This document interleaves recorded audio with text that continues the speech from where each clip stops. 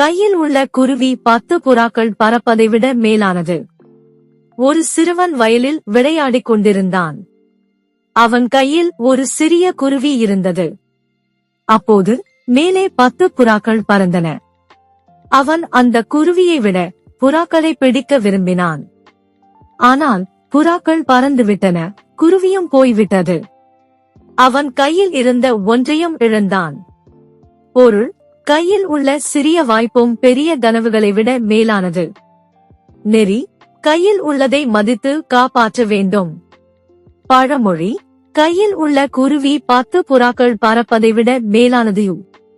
முருகப்பெருமானை நம்பினால் சேனலை லைக் செய்யவும், உங்கள் எண்ணங்களை கமெண்ட் செய்யவும், வீடியோவை பகிரவும் மற்றும் சேனலுக்கு குழு சேரவும்.